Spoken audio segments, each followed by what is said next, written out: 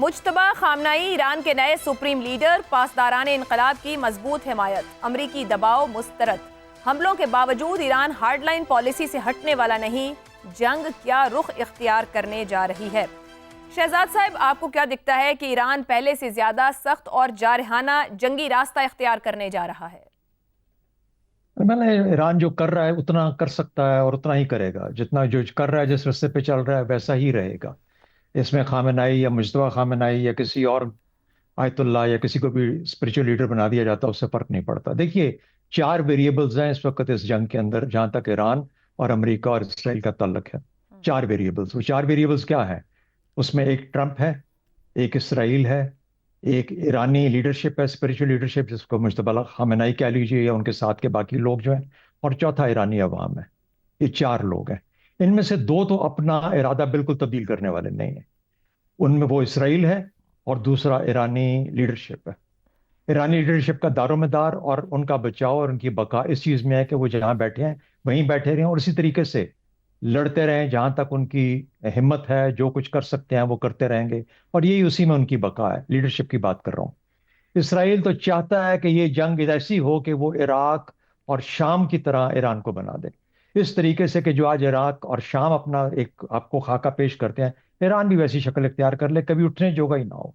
Lebanon का जिस तरह वो हाल करते हैं कि ऑर्डर दे देते हैं कि कुछ लोग इस इलाके के लोग एरिया साफ कर दें क्योंकि वरना हम थोड़ी देर में बमबारी कर रहे हैं। वो ईरान को इस तरीके से चाहते हैं। तो इसराइल अपने रास्ते पे कायम है। जब तक अमेरिका उसके साथ है, उसको अकेले होने का डर नहीं है। और वो और शय लेके और स्ट्रेंथ लेके, ताकत लेके ये हमले करता रहेगा जब तक वो ईरान को उस शक्ल में पहुंचा नहीं देता। तो इसलिए ये वेरिएबल्स हैं, लेकिन इनके ऊपर कुछ वेरिएबल या चेंज होने वाला नहीं। चेंज कहाँ पे हो सकता है?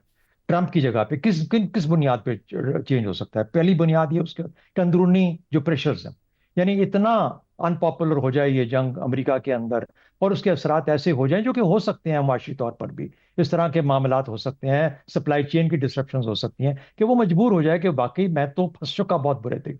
फंस तो वो अब भी क्या है, लेकिन उस वक्त उसके लिए मजबूरी हो जाएगी निकलना, अगर जब भी वो स्टेज आती है या नहीं आती मुझे इसका नहीं पता। दूसरी बात, उसकी वो जो अना है एक अमेरिकी सदर की, ट्रंप की अपनी एरोगेंस, उसको उसको बड़ा धचका पहुंचा है। वो समझता था कि मैं जाऊंगा और वो लेट जाएंगे, बिल्कुल वो हर चीज मेरे सामने वेनेजुएला की तरह कर देंगे। वो तो हुआ नहीं। तो अब वो दूसरा उसका अमल है जो कि गुस्से वाला अमल है। अब वो गुस्से में जा चुका है। जब वो गुस्से में आप जी लेके जाते हैं किसी को, तो क्या करता है? मैं तबाह कर दूंगा, मैं बर्बाद कर दूंगा। उसके पास ताकत है, वो कर सकता है, वो कर रहा है जहां तक कर सकता है। लेकिन जाहिर है कि हर चीज की कीमत होती है। वो कीमत किस हद तक चुकाने के लिए तैयार है अपनी सियासत में, अपने अंदरूनी मामलात में, ये देखना पड़ेगा। वरना फेलियर तो उसका ऑलरेडी हो चुका। फेलियर क्या हुआ? देखिए, जब अमेरिका जैसा मुल्क या कोई भी मुल्क जब जंग में जाता है, तो बाकी तमाम हरबे उसके नाकाम हो गए। उसकी पॉलिसी नाकाम होगी, उसकी फॉरेन पॉलिसी नाकाम होगी, उसकी नेगोशिएशन स्किल नाकाम होगी, उसकी जो फाइनेंशियल इंड्यूसमेंट्स हो सकती हैं वो नाकाम। यानी इतना कुछ अमेरिका के पास था और उसको जंग में जाना पड़ गया। तो इसका मतलब है कि वो सब कुछ फेल हो गया जिसकी वजह से उसको जंग में जाना पड़ गया। ये आखिरी चीज होती है जंग। तो मेरा ख्याल है कि वो उस जगह पे तो फेलियर आ चुका। ये एहसास जितना बढ़ता जाएगा उतना वो और पागल होगा, और पागल होने के बाद उस स्टेज पे पहुंचेगा जहां पे कहेगा कि इससे ज्यादा मेरे अवाम या मुझे सियासी तौर पर जो खतरा है वो ज्यादा बढ़ता जा रहा है। अब आ जाइए ईरानियन अवाम की तरफ। ईरानियन अवाम क्या चाहे? जब तक उनके अंदर हिम्मत है, क्योंकि मैं समझता हूं कि जब भी इंसान मार खा रहा होता है, उसके ऊपर बम गिर रहे हैं, उसकी तबाही मच रही है, बच्चे, भूख, ये वो, मौत हर तरफ, ये वो बर्दाश्त करेंगे, दलेर कौम है। लेकिन एक वक्त आता है जब इंसान को अपने बच्चे, अपनी औलाद, अपनी हर चीज सामने नजर आती है। ईरानी अवाम कब तक सह सकते हैं उस चीज को?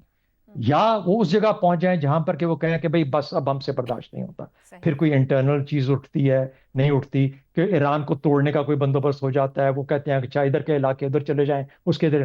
तो ये फ्रेगमेंटेशन ऑफ ईरान, ये बिल्कुल अखीर पॉसिबिलिटी है जो कि इसराइल चाहता है, जाहिर है, बाकी और कोई नहीं चाहता। लेकिन मेरा ख्याल है कि अगर ट्रंप उसके साथ रहा और कब तक रहता है, इस तरह की चीजें हो सकती हैं। फाइनल एक चीज कह दूं, मेरा ख्याल है जो बहुत बड़ा खतरा है वो ये है कि वो ममालिक, इस्लामी ममालिक जो कि ईरान के इर्द गिर्द हैं, जो कि इस वक्त जंग का हिस्सा नहीं है डायरेक्टली, सऊदी अरेबिया, तुर्की, पाकिस्तान, इसराइल तो चाहेगा कि ये तीन भी शामिल हो जाए। किस तरीके से क्या चाल चलते हैं, कैसे इनको साथ लगाते हैं, किस तरीके से उलझाते हैं इस चीज के अंदर, बेइंतहा खतरा है। इस जंग का जल्दी खत्म हो जाना सबके हक में है, ईरान के भी, ट्रंप के भी, इन मुल्कों के हक में भी और इस रीजन के हक में भी।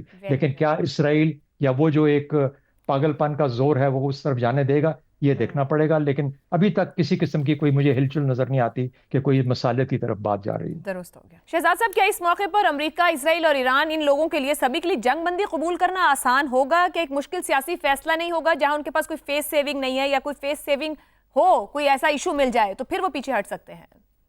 ईरानी अवाम तो चाहेंगे कि अभी बंद हो जाए। इसराइल बिल्कुल नहीं चाहता। ट्रंप का इस वक्त सोच पता नहीं किस हद तक है। लेकिन एक चीज याद रखिए, कहा जाता है कि जब दुश्मन गलती कर रहा हो तो उसे कभी मत रोको। क्योंकि आपका सवाल चीन और रूस के बारे में है, तो इसलिए उस हिसाब से अमेरिका जो उसका दुश्मन है वो गलती दर गलती कर रहा है। अंदाजा लगाइए कि रूस को जो उसका तेल जो उसने बैन किया हुआ था कि तुम कहीं किसी को नहीं बेच सकते, किसी को खरीदने की इजाजत नहीं थी, वो अब उसने कहा है कि हाँ जहां जहां मिलता है ले लो, रूस का तेल ले लो। रूस का तेल बिकना शुरू हो गया फिर से, खुद से इजाजत देने के बाद, अमेरिका ने खुद अपनी मर्जी से। दूसरा, यूक्रेन में जो प्रेशर था रूस के ऊपर कि तुमने जंग छेड़ी हुई है, ये किया है, अब तुम बंद करो वगैरह, प्रेशर खत्म हो गया मुकम्मल तौर पे। रूस आजाद हो गया अपनी जंग लड़ने के लिए। चीन को देख लें, ताइवान पे कितना प्रेशर था, अब जंग हुई तो अब जंग हुई। वो जो पिवट करना चाह रहा था मिडिल ईस्ट से आगे, वहां पे साउथ चाइना सी के पास, ताइवान के पास, इंडो पैसिफिक में, अमेरिका तो इधर ही फंस के रह गया। तो जितना इधर फंसेगा उतना चीन का बोझ कम होगा, चीन आजाद होगा अपने चीजें करने के लिए। इसमें कोई शक नहीं कि माशी और बाकी मामला सारी दुनिया के लिए खराब होंगे। लेकिन आप स्ट्रेटेजिक और मिलिट्री सेंस में देखिए कि कितनी चेंजेस आ चुकी हैं इन चीज के अंदर। तो मेरा अपना ख्याल है कि ये, और दूसरी बात है, देखिए सालिस, जो ट्रेडिशनल रवायती सालिस है वो हमेशा अमेरिका ही रहा है। ऐसी एक सुपर पावर जो कि जहां पर चाहती थी वहां पे हाथ लगा के मामला को रफा दफा कर लिया कर। अब तो वो खुद उसमें शामिल है, अब तो खुद उसका एक पार्टिसिपेंट है। अक़वाम मुत्तहिदा नजर आती है कहीं पे आपको? नहीं। तो बदकिस्मती इस वक्त सबसे बड़ा खतरा ये है कि ना कोई सालिस है, ना कोई जंग रोकने वाला है। हाँ, इन दो तीन जगहों के लोगों के बीच में जो दिमाग में चल रही है वो उसकी अपनी मोमेंटम में लिए के जा रहे हैं, और ये मोमेंटम ही सबसे खतरनाक है जिसको रोकने वाला कोई नहीं। दुरुस्त हो गया। बदकिस्मती ये कि कोई सालिस इस वॉर सिचुएशन में नहीं है। एक ब्रेक लेते हैं, ब्रेक के बाद गुफ्तगू आगे बढ़ाएंगे। प्रोग्राम के आखिरी हिस्से में एक बार फिर खुश आमदीद। हसन निसार साहब, चीन और रूस जैसे बड़े ममालिक क्या सफारतकारी कर पाएंगे इस पूरी सूरत हाल में? खतरनाक इलाकाई जंग की तरफ मामला चला जाएगा? देखिए, वो जिस हद तक जाएंगे उसके लिए ज़रूरी है कि ख़ुद अमेरिका के अंदर भी कोई हलचल, कोई उबाल की सूरत हाल पैदा हो, तो सफारती कोशिशें कामयाब होने का इम्कान बढ़ जाएगा या पैदा हो जाएगा। ट्रंप का अपना सियासी सर्वाइवल दाव पे लग जाए तो वो किसी बैरूनी कोशिश की आड़ लेकर फिर से खुद को ढीठ तो है अमन के नोबेल प्राइज़ के लिए पेश कर सकता है। और अभी बात की है किसी ने ट्रंप की शख्सियत, तो मैं अब तक जितना उसका सारा प्रोफाइल मेरे सामने है, पर्सनालिटी टाइप उसका, तो ट्रंप अपने सिवा दुनिया में किसी का नहीं,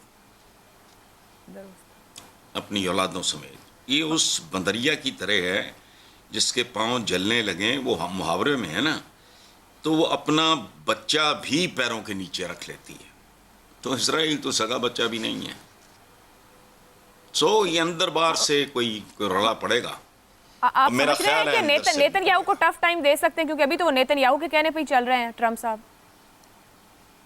नहीं, वो टफ टाइम देने वाली बात नहीं है। यू जस्ट विथड्रॉ कि बस भाई इनफ इज इनफ। अगर अमेरिकन बाहर निकल आए उनकी एक माकूल रीजनेबल तादाद में, मैं ये नहीं कह रहा पूरा America, if they come out, ऊपर से वो चाइना वगैरह भी कहें बंदे का पुत्र बन, तो बेसिकली तो वो अपना ही है, वो किसी का नहीं है। सही। उसको कोई थोड़ा बहुत जवाब मिला, नीचे से कोई प्रेशर आया, तो everything will fizzle out. That is my assessment. गलत हो सकती।